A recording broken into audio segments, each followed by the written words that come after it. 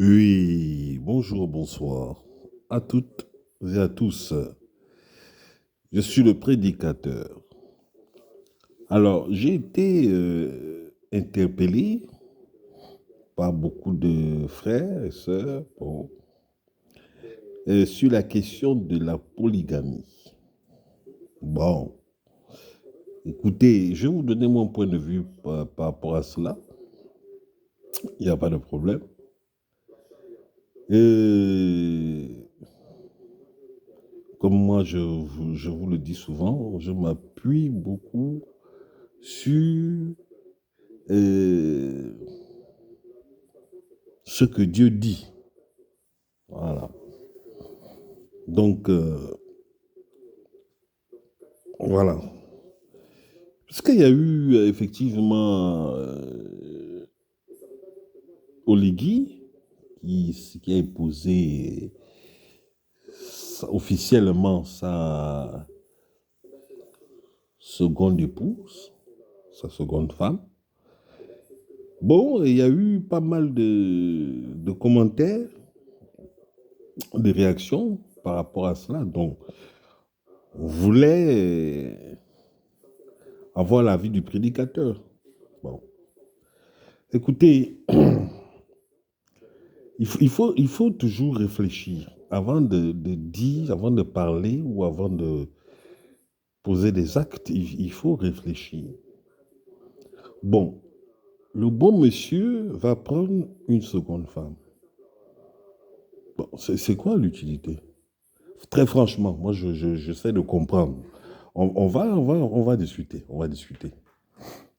Bon, tu as une femme. Une femme est censée contenter un homme du début jusqu'à la fin.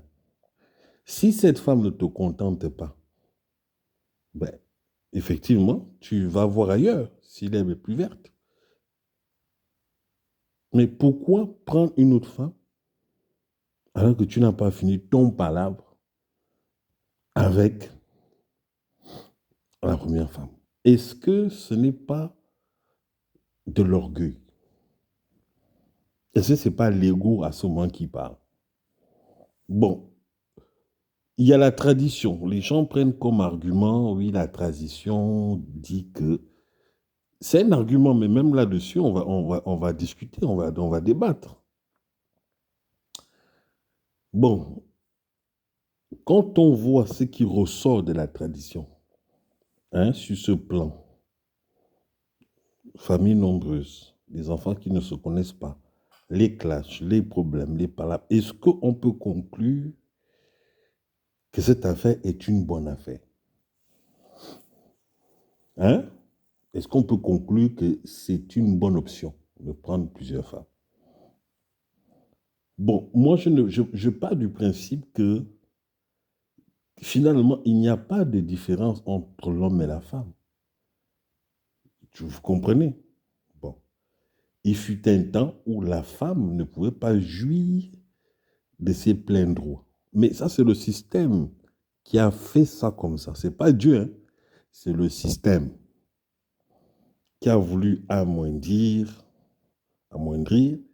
les responsabilités de la femme. La femme n'avait pas le droit, par exemple, d'aller à l'école. La femme n'avait pas le droit, tu vois, d'apprendre des choses, de pouvoir concevoir. Mais quand on fait des expériences, des recherches, on se rend compte que l'homme n'est pas plus intelligent que la femme. C'est que l'homme, longtemps, par rapport au système dans lequel on vit, c'est à lui qu'on a donné plus de responsabilités. Donc la possibilité de faire certaines choses dont les femmes n'avaient pas accès. Mais si on les met sur le même point d'égalité, au niveau intellectuel, il n'y a pas un homme qui peut dire, ou une étude qui peut affirmer que l'homme est au-dessus. Vous comprenez? Avant, la femme était réduite aux tâches, bon, on va dire aux tâches ménagères, du foyer, du ménage. Pendant que l'homme, lui, il allait apprendre, se former, nanana, nananer. Vous comprenez ce que je veux dire? Aujourd'hui, bon, le monde bouge, la société évolue. Donc, les femmes sont de plus en plus, dans les années 60, elles sont battues pour avoir ce qu'on appelle leur émancipation. Donc, elles occupent pas mal de postes dans des secteurs où l'homme était principalement le seul acteur. Aujourd'hui, sur le plan compétitif et de réalisation, les femmes arrivent à faire des choses que les hommes font aussi. L'homme physiquement est plus fort, mais il y a des femmes qui dosent, qui bastonnent le mari, qui sont plus fortes physiquement. Ben, elles sont minoritaires. Mais sur le plan des facultés intellectuelles, on est sur la balance. Hein. On est sur le même point d'égalité. Bon, au niveau moral, qu'est-ce qui permet que l'homme puisse assouvir certains fantasmes que la femme, elle ne pourrait pas assouvir? Pourquoi? Bon, vous allez me dire la tradition. Donc, la tradition, elle est bancale. Pourquoi toi, tu as droit à 2 femmes et la femme n'aurait pas droit à 2 hommes? Pourquoi? Ne me dites pas les Écritures, ne me dites pas les Écritures. Quand vous prenez par exemple Paul dans la Bible, Paul était un grand homme de Dieu, mais avant qu'il ne soit grand homme de Dieu, c'est quelqu'un qui a persécuté l'Église, qui a persécuté les croyants. C'est après, Dieu s'est servi de lui, parce que Dieu aime les gens comme ça, pour montrer sa suprématie. Il a été un disciple, un serviteur, pas un disciple, mais un serviteur de Dieu. Mais, quand on va bien regarder ses Écritures, il y a des passages où il a écrit selon lui, selon sa façon de voir les choses, pas selon Dieu. Dieu ne lui a pas dit ça. Parce que si on revient, si vous parlez d'ancestralité, on va revenir en arrière. Au commencement, Dieu a créé Adam. Il savait que Adam allait s'ennuyer. Pourquoi? Il faut demander à Dieu. Dieu sait tout par avance. C'est pour ça que quand il a créé les animaux, il les a créés par paire de 2, mâle-femelle. Cette dualité-là a toujours existé. Et quand Adam, qui avait tout, il s'ennuyait, il a dit, ah, papa, écoute, je m'ennuie là. Il savait. Parce que je vois les autres, ils sont par paire, machin. Et moi, je suis tout seul. Il a dit, je vais te donner, mon petit. Bon, Dieu a donné combien de femmes à Adam? Moi, j'attends la réponse. Il a donné une femme. Il a donné une femme. Malgré tous les problèmes qu'ils ont eu là, eh bien, les 2 là étaient ensemble. Jusqu'à. Vous comprenez? Il n'y avait pas 2 femmes. Moi, je ne dis pas qu'à tradition, non, je ne veux pas avoir ce discours. Chacun est libre de faire ce qu'il veut. Mais vous n'allez pas dire à moi, le prédicateur, que vous allez mettre la tradition devant Dieu. Il n'y a rien qui est au-dessus de Dieu. Il n'y a rien qui est devant Dieu. Il n'y a rien qui peut dépasser Dieu. Dieu est au-dessus de tout. Il est au commencement de tout. Vous comprenez? Votre Ligui a dit qu'il était traditionnaliste, mais qu'il avait un côté religieux, notamment chrétien. Il y a des petits pharisiens qui sont venus me dire, donc, des petites races de vipères, qui sont venus me dire, oui, mais Salomon avait 700 femmes. Ah, Salomon avait 700 femmes. Il n'avait pas 1000, hein. Il n'avait pas 699, il avait 700 femmes. Bon, d'accord. Bon, il avait 700 femmes. Ça veut dire que, parce qu'on est dans la réflexion, si Salomon avait sauté d'un pont, ça veut dire que vous là, qui prenez Salomon en référence, vous aurez aussi sauté du pont. Donc, parce que les gens disent ils sont les hommes de Dieu, donc vous prenez ces gens en référence quand ça vous arrange, mais vous ignorez que ces gens-là n'étaient pas parfaits. C'est des bêtises. Pourquoi à un moment donné de sa, euh, de sa mission, si vous voulez, eh bien, Dieu a tourné le dos à Salomon. Parce que Salomon, à un moment donné, l'être humain, on est comme ça. On va demander à Dieu. Et quand Dieu donne, on tourne le dos à Dieu. On se prend maintenant pour Dieu. L'ego, l'orgueil. Ça, après, on va se casser les dents. Ah oui, Dieu, Seigneur, pardon. Donc, il n'y a rien qui est au-dessus de Dieu. Vous comprenez? Donc, Salomon, quand on réfléchit bien, ne peut pas être une référence. C'est justement un mauvais exemple. Mais moi, je dis, si tu as une femme, cette femme-là ne te contente pas, il faut la libérer. Voilà, il faut la libérer. Voilà, et tu peux maintenant aller t'attacher les services d'une autre femme.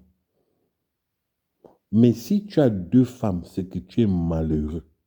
Et ne pense pas que en jonglant, hein, en jonglant, ça va arranger ou solutionner le problème. Tu décales peut-être le problème dans un premier temps, mais tout ça là, ça va te rattraper. Un jour, il y a toujours un jour. 99 jours pour le malfaiteur et un jour pour l'homme intègre. Voilà, donc ça c'est plus ou moins mon point de vue par rapport à la polygamie. Je vais dire,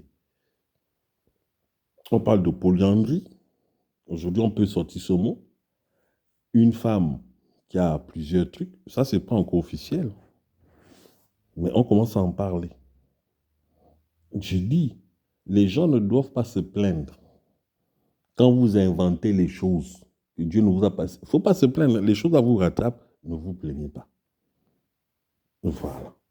Tu sèmes une graine, la graine là va germer. Quand tu vas récolter les mauvais fruits, eh bien, il ne faut pas te plaindre. C'est parce que toi, tu as sémé une mauvaise graine.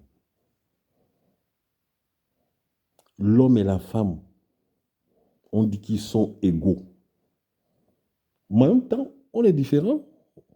Preuve en est qu'on n'a pas le même sexe. Donc, Dieu a permis ça, comme Adam s'ennuyait, que toute ta vie, tu vas apprendre à découvrir des facettes. C'est ce qui fait que ça donne du charme, ça met du piment dans la sauce. Tu vois, ça va t'occuper l'esprit, ça va occuper tes journées. C'est beau. Pourquoi aller chercher, tu n'as pas terminé avec une, tu vas aller chercher l'autre loin là, pour plus de problèmes. Et les problèmes qu'on n'assume pas, souvent, les gens qui ont plus, les enfants, à gauche, à droite, on n'assume pas. Et les enfants naissent dans les frustrations, dans les guerres. Parce que quand tu pars, il faut maintenant contenter tout le monde, l'héritage que tu laisses. Il y en a qui seront mis sur le côté. C'est une injustice. Il y en a qui seront ça, il y en a qui seront ça. Vous voyez ce que je veux dire? Voilà. Donc, occupe-toi, hein, déjà d'une femme, rends-la heureuse, fais machin, jusqu'à la mort. Et après, maintenant, si Dieu, comme beaucoup croient en la réincarnation, quand tu reviens là, tu vas après une autre femme. Mais dans la vie que Dieu nous a donné, une vie là, mon gars, deux femmes, mon frère, ça c'est l'étude du démon, c'est l'étude du diable. Ça c'était le prédicateur. Hein? Voilà. Maintenant, les gens sont libres. Nous, on vient juste dire que, ah, ce que vous dites ou ce que vous faites là, voilà, ce n'est pas tout à fait exact. Parce que. Nos parents originels, Adam et Ève, c'était un couple. Voilà.